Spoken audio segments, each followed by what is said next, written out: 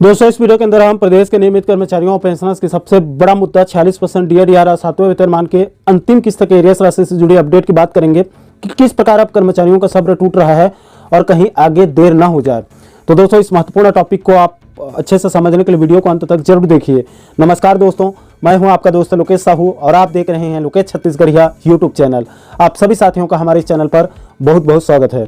दोस्तों, जैसे कि आप सभी साथियों को पता होगा कि प्रदेश में बीजेपी की नई सरकार बन चुकी है, जिसमें सीएम साय जी को सीएम और 2 नए डिप्टी सीएम के साथ साथ पूरे मंत्रिमंडल का गठन भी हो चुका है। हालांकि विभागों की जिम्मेदारी अभी तक नहीं मिली है, लेकिन सरकार ने अपने दो से 3 कैबिनेट बैठक भी वो ले चुकी है। इसके अलावा तकरीबन 13,000 करोड़ का अनुपूरक बजट भी पेश कर दिया गया है, जिसमें किसानों के साथ साथ आम जनता से जुड़ी कुछ बड़े निर्णय भी लिए जा चुके हैं। लेकिन दोस्तों, इतना सब कुछ होने के बाद भी अभी तक प्रदेश के कर्मचारियों और पेंशनर्स के 46% डीए/डीआर ऐलान न होना कहीं न कहीं धीरे धीरे अब कर्मचारियों और पेंशनर्स के सब्र का इम्तिहान जो है वो सरकार ले रही है। क्योंकि दोस्तों, आपको पहले ही अलग अलग वीडियो के माध्यम से मैं बता चुका हूं कि जैसे ही नई सरकार बनी और सीएम डिप्टी सीएम का शपथ ग्रहण हुआ, उसके तुरंत बाद छत्तीसगढ़ कर्मचारी अधिकारी फेडरेशन ने सीएम साहब से मुलाकात किया। इसके बाद फेडरेशन के द्वारा पूर्व सीएम डॉक्टर रमन सिंह से भी मुलाकात करके 25 दिसंबर को 46% डीए/डीआर की मांग रखी गई थी। इसके अलावा दोस्तों, इधर छत्तीसगढ़ कर्मचारी अधिकारी महासंघ ने भी 20 दिसंबर को पूर्व सीएम डॉक्टर रमन सिंह जी से उन्होंने भी मुलाकात करके 25 दिसंबर को 46% डीए/डीआर वृद्धि का ऐलान करने की मांग रखी थी, क्योंकि ये खास दिन था। इस दिन पूर्व प्रधानमंत्री स्वर्गीय अटल बिहारी वाजपेयी जी का जन्म दिवस था। बहुत बड़ा अवसर था। सरकार चाहती तो डीए/डीआर को लेकर कुछ निर्णय ले सकती थी या फिर कोई संकेत दे सकती थी, लेकिन जब कल सीएम के द्वारा कर्मचारी और पेंशनर्स के मुद्दों पर कोई ऐलान नहीं किया गया, तो खास करके 46% डीए/डीआर को लेकर कर्मचारियों में सरकार के प्रति भारी नाराजगी देखने को मिली है। दोस्तों, इसी मुद्दे पर कल रात को छत्तीसगढ़ स्वास्थ्य एवं बहुउद्देशीय कर्मचारी संघ के प्रदेश अध्यक्ष और छत्तीसगढ़ कर्मचारी अधिकारी फेडरेशन के एक सक्रिय पदाधिकारी पंकज पांडे जी ने अपनी नाराजगी व्यक्त की या फिर इस मुद्दे को उठाया है। दोस्तों, पांडे जी ने जो अपना मैसेज भेजा है उसमें पंकज पांडे जी ने साफ साफ लिखा है कि छत्तीसगढ़ के कर्मचारियों और अधिकारियों में इस समय चर्चा का बाजार गर्म है।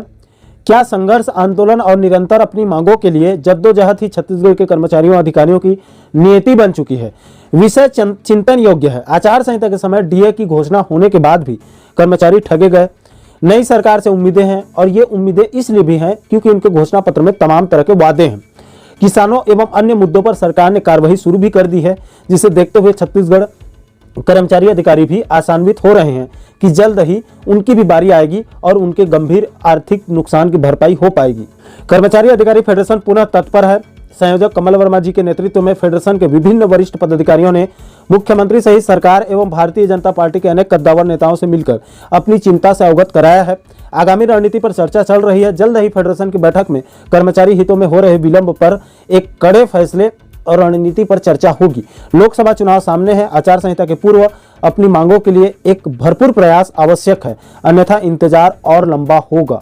पंकज पांडे, प्रांत अध्यक्ष, स्वास्थ्य एवं बहुउद्देशीय कर्मचारी संघ छत्तीसगढ़। दोस्तों, इसी को मैं आपको वीडियो के माध्यम से बताते हुए आ रहा हूं। डीए/डीआर देना सीएम की इच्छा के ऊपर निर्भर करता है। सीएम चाहे तो कभी भी सामान्य दिनों में वो कभी भी डीए/डीआर दे सकता है, लेकिन दोस्तों, अगर ये भी भूपेश सरकार के तर्ज पर हम डीए/डीआर देना चाहते हैं, करते करते देरी कर दिया, तो मार्च में फिर से आचार संहिता लगने वाली है। और इस बार सच में आचार संहिता में डीए/डीआर जाकर फंस गया तो इस बार निर्वाचन आयोग परमिशन नहीं देगा, क्योंकि पिछली दफा सिर्फ 4-5 राज्यों के विधानसभा चुनाव का मुद्दा था। लेकिन दोस्तों, इस बार लोकसभा चुनाव होगा, जो कि पूरे देश भर का मुद्दा है, देश भर का मैटर है। इसलिए निर्वाचन आयोग अगर एक राज्य को परमिशन दे दिया तो भारत के सभी राज्यों को उसको अनुमति देना पड़ेगा। इसलिए लोकसभा चुनाव में डीए/डीआर वृद्धि का परमिशन मिलना बहुत मुश्किल है, टेढ़ी खीर के समान है। इसलिए शायद सरकार को जो भी करना है अभी जनवरी और फरवरी में ही करना है। इसलिए सरकार को कर्मचारियों और पेंशनर्स के इन गंभीर और महत्वपूर्ण मुद्दों को संज्ञान में लेकर जितना जल्दी हो सके केंद्र के समान देय तिथि से 46% डीए/डीआर और साथ ही साथ लंबे समय से लंबित 7वें वेतनमान के अंतिम किस्त के एरियर्स राशि का भी तत्काल आदेश जारी करके भुगतान कर देना चाहिए, ताकि कर्मचारियों को जो है वो राहत मिल सके और उनके हक अधिकार का लाभ जो है समय पर उनको प्राप्त हो सके। दोस्तों, इस विषय को लेकर आप लोगों की क्या राय है? क्या सरकार को साय कर्मचारियों के मुद्दे पर भी फैसले लेने चाहिए अथवा नहीं, इसको लेकर आप क्या सोचते हैं, आप लोगों की क्या राय है, नीचे आप लोग कमेंट सेक्शन में अपनी प्रतिक्रिया, अपना फीडबैक आप जरूर दीजिएगा। और दोस्तों, आप आगे भी प्रदेश के नियमित कर्मचारियों के साथ साथ तमाम अलग अलग विभागों में कार्यरत अनियमित कर्मचारी साथियों से जुड़ी इसी प्रकार के महत्वपूर्ण मुद्दों पर, महत्वपूर्ण टॉपिक पर वीडियो देखना चाहते हैं तो आप हमारे चैनल को जरूर सब्सक्राइब कर लीजिएगा, ताकि आने वाले सभी नए वीडियो का नोटिफिकेशन आप लोगों तक तुरंत पहुंच सके। दोस्तों, अभी के लिए फिलहाल इस वीडियो में इतना ही। मुझे दीजिए इजाजत, मैं मिलता हूं आपसे एक और महत्वपूर्ण मुद्दे के साथ, महत्वपूर्ण टॉपिक के साथ। तब तक के लिए जय हिंद, जय छत्तीसगढ़।